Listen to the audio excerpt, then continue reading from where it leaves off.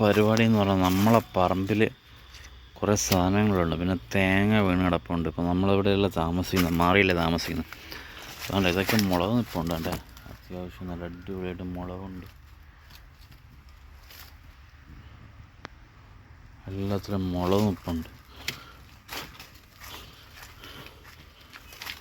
പിന്നെ ഈ കമ്പ് കൊണ്ട് കിടക്കുന്ന പറഞ്ഞാൽ പറമ്പിൽ കയറുമ്പം കാട് കൂടുതലല്ലേ, അതുകൊണ്ടൊരു സേഫ്റ്റിക്ക് വേണ്ടി അല്ല ഇത് കൊലയായി. പച്ചച്ചിങ്ങൻ പച്ചപ്പഴം അതായിട്ടുണ്ട്. മെയിനായിട്ട് തേങ്ങ വീണ് കിടപ്പുണ്ട്. അപ്പോൾ തെങ്ങിൻ്റെ മുകളിൽ കാടല്ലേ, മടലും കൊണ്ട് പോയില്ലെങ്കിൽ ഡേഞ്ചറാണ്. ഒരു തേങ്ങ കിട്ടി.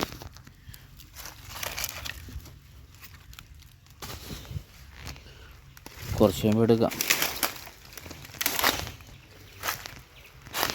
ഇതൊക്കെ കൂവയാണ്, കൂവ.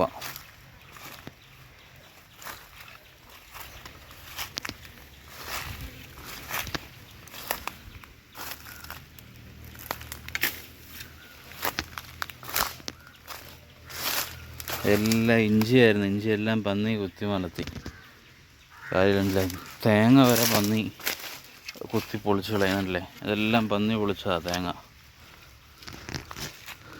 ഡേഞ്ചറാണ്.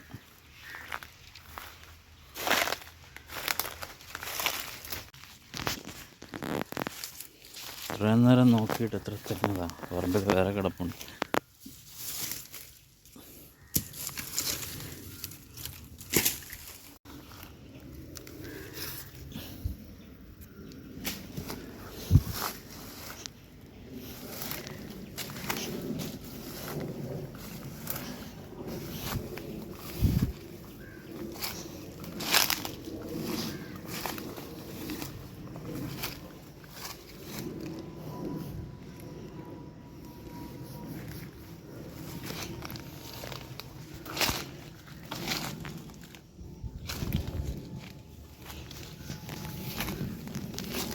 അതുകൊണ്ട് കുല നിൽപ്പുണ്ടെന്ന്, വാഴക്കുല. അതുകൊണ്ട് അതെല്ലാം കൂവയാണ്, കൂവ. കാര്യമില്ല, എല്ലാം പന്നിക്ക് തിന്നാനേ ഉള്ളൂ, മനുഷ്യൻ തിന്നണ്ട.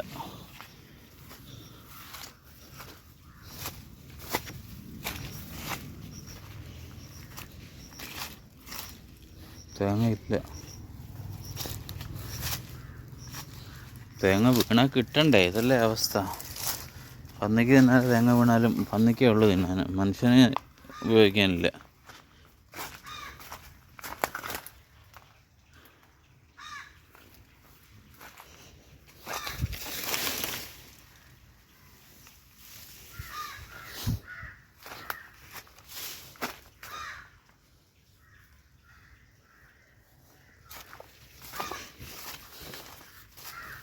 ഒരു കൊല നിൽപ്പുണ്ടായിരുന്നു ഇവിടെ നമ്മളെ പറമ്പിൽ. ഒരു കൊല നോക്കട്ടെ. തുളസിയൊക്കെ വെറുതെ ഉണ്ടായിരിക്കും. എന്തോരാണ് കാട് കണക്ക് പിടിച്ചിട്ടുണ്ടാക്കുക തുളസി.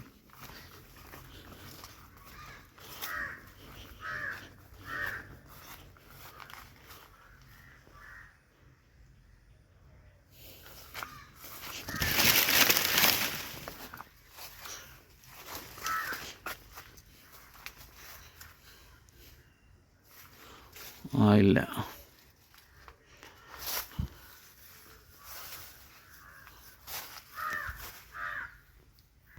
ദൂരെ ഇപ്പുറത്തെ സൈഡ് നോക്കുമ്പോൾ ഫുള്ള് പപ്പായ ഉണ്ട്. പക്ഷെ ഇപ്പുറത്ത് നോക്കുമ്പോൾ ഉണ്ട് പകുതി തിന്ന് കിളി. ഒരെണ്ണം പഴുത്ത് നിൽപ്പുണ്ട്, ഇത് പോയി.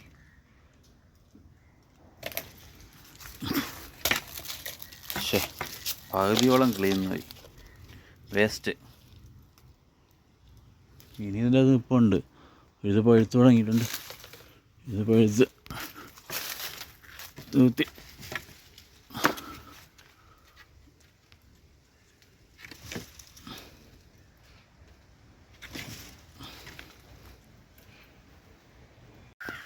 അല്ല, 2 കുല കിട്ടി.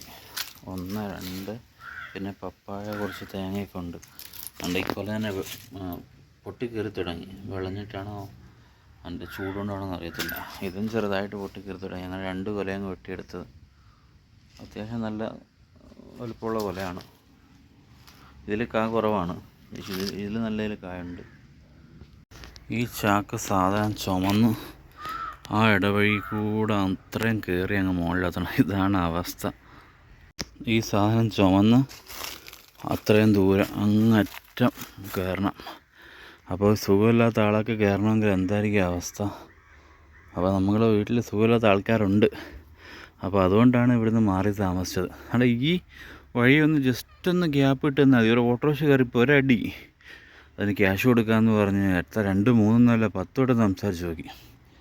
എന്നിട്ട് ഒരു സഹകരണം പറഞ്ഞിട്ട് കാര്യമില്ല. പാലച്ചിറ വന്ന് ഇവിടെ വന്ന് വീടും മേടിച്ചു പോയി. ആദ്യം ഫാദറിന് സുഖമില്ലാത്തതുകൊണ്ട് സംസാരിച്ച് നോക്കി. ആദ്യം ഉമ്മാക്ക് സുഖമില്ല, ഹോസ്പിറ്റൽ കേസ് ആയപ്പോൾ സംസാരിച്ച് നോക്കി. കയറിപ്പോകാൻ ബുദ്ധിമുട്ട് കാരണം അങ്ങനെ എടുത്തോണ്ടും കാര്യങ്ങളൊക്കെ പോയി. ഓക്കെ, ഫാദറിന് സ്ട്രോക്ക് വന്ന് അത് സംസാരിച്ച് നോക്കി. ആ സംസാരമൊക്കെ വന്നതിന് ശേഷമാണ് മുതലും കാര്യങ്ങളൊക്കെ വന്നത്.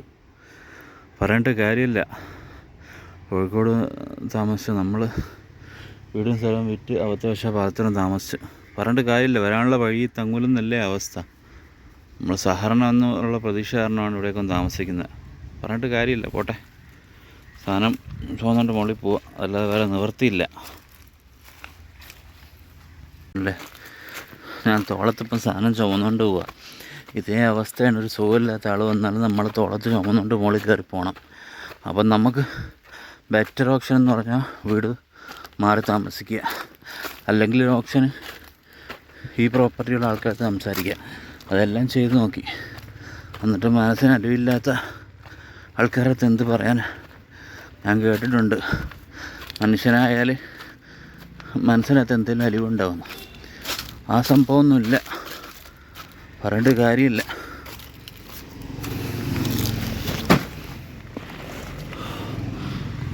ഇത്ര എടുത്തോണ്ട് നമ്മളെ ക്ഷീണിച്ച്.